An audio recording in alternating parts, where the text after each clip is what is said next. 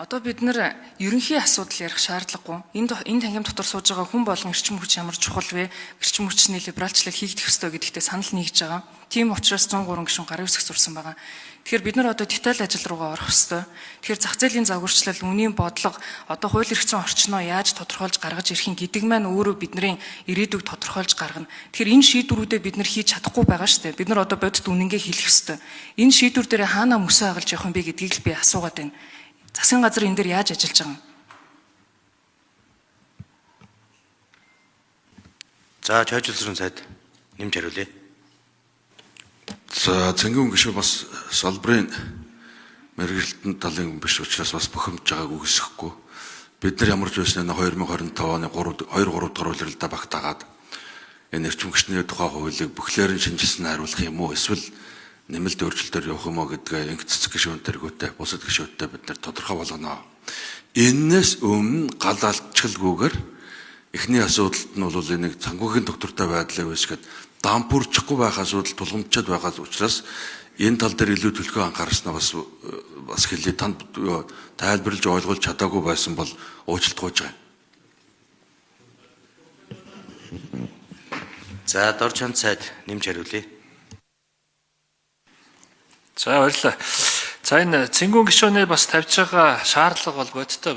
Одоо нөгөө иргэд болохоор үн нэмсэн гэдэг ойлголттой. Тэ юу хийгээд байгаа юм бэ гэдэг талаар нэг мэдээлэл нь очихгүй байна гэдэг дээр бол хүлээн авч байгаа. Гэхдээ маш том өөрчлөлт гарцсан байгаа. Юу вэ гэхээр том хэмжээний хөрөнгө оруулалтууд бол наашаага орж ирэхээр за экспортыг чиглэсэн бүтээн байгуулалтууд явхаар ингээд судалгааны ажил руугаа орцсон байгаа. Нэг хоёрдугаар хууль эрх зүйн чиглэлээр бол манайх эрчим хүчний үндэсний хорон дээр ажлын хэсэг гараад инх цэцэг гишүүнээр ахлуулаад ингээд явж байгаа. Энэ бол ингээд тустай ажил бол биш ээ. Энэ бол ингээд засгийн газраас өргөн баригдана. Энийхээ өрөөнд бол удахгүй ингээд хаврын чуулганаар энэ орж ирнэ. Яг үүгээр бол зах зээлийнхаа загварчлалыг бол хийгээд явах нь зүйтэй. Одоо бид нар бүтцийн өөрчлөлтийнхаа төлөвийг өчигдөр ингээд батлаад явсан. Ямар байдлаар бид нар хувийн сектор руу шилжүүлэх юм бэ? Үр ашгийг сайжруулах юм бэ гэд. Яг энэ чиглэлээр бол манай нөгөө За, нэмэлт 1 минут өгье. төрийн өмчийн компани үр ашгийг сайжруулах хууль манай учрал сайд бол ингээд оруулж ирээд бид нар энийхээ хүрээнд энэ арга хэмжээг аваад явна. Тэгээ бас жоо буруу ойлголт яваад байх шиг л энэ нөгөө Эрчис Монгол гэдэг компани ингээд байгуулчлаа. Тэр маань яах вүлээ гэд. Энэ чинь бол нөгөө уул уурхайн компаниас бүх сүлжээ компанийг нэгтгээд балансыг нэгтгээд цэвэрлээд хөрөнгө оруулалт татах тэр боломжийг нь бий болгож байгаа ийм бүтэц байхгүй.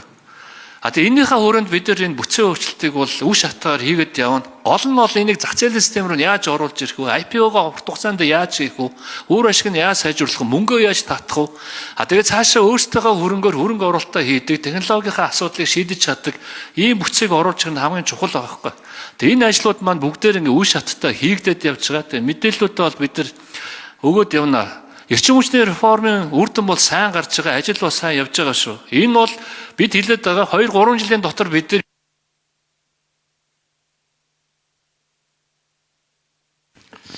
За, хөдөө аж ахуйн яамнаас хэн байна? Автомобиль гишүүний тэр импортын адуутай холбоотой асуудлаар хариулт өгөх алга байна тий.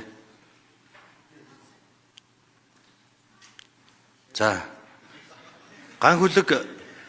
ган хүлэг гишүүн асуусан тэр түрүүн шинэ оршоо гэдээ асуусан. Би бас хариултыг өгүүлэлгүй өнгөрөө явцсан байна. Жохлон сайд гүцээгээд хариулт өгөөдгий. За, уг нь яамнаас нь хүмүүс хариулал өгөх зүгээр юм аа. Би өмнөөс нь буруу зүрх юм яриад нөө яамны нэрхтэр болж байгаа гэдэг. Ер нь бид төсөө бол мэдж байна. Тэгээд гишүүний асуусан асуулт маань тэр яг зээлдэгчнэр дээр очих зээлийн төрөл эдийн засгийн ангилал дээр хасагдсан юм байна. За, тэгээд тэр нь яг яамны бодлогоор хасагдсан уу? Эсвэл одоо өөр ямар ч байсан төсөв талаас одоо тэрэнд бол оролцоогүй. Бид аль болох зээлийг хүртээмжтэй байлгах, за нэг зээлдэгчд очих хязгаарыг нэвтрүүлэхгүй байх.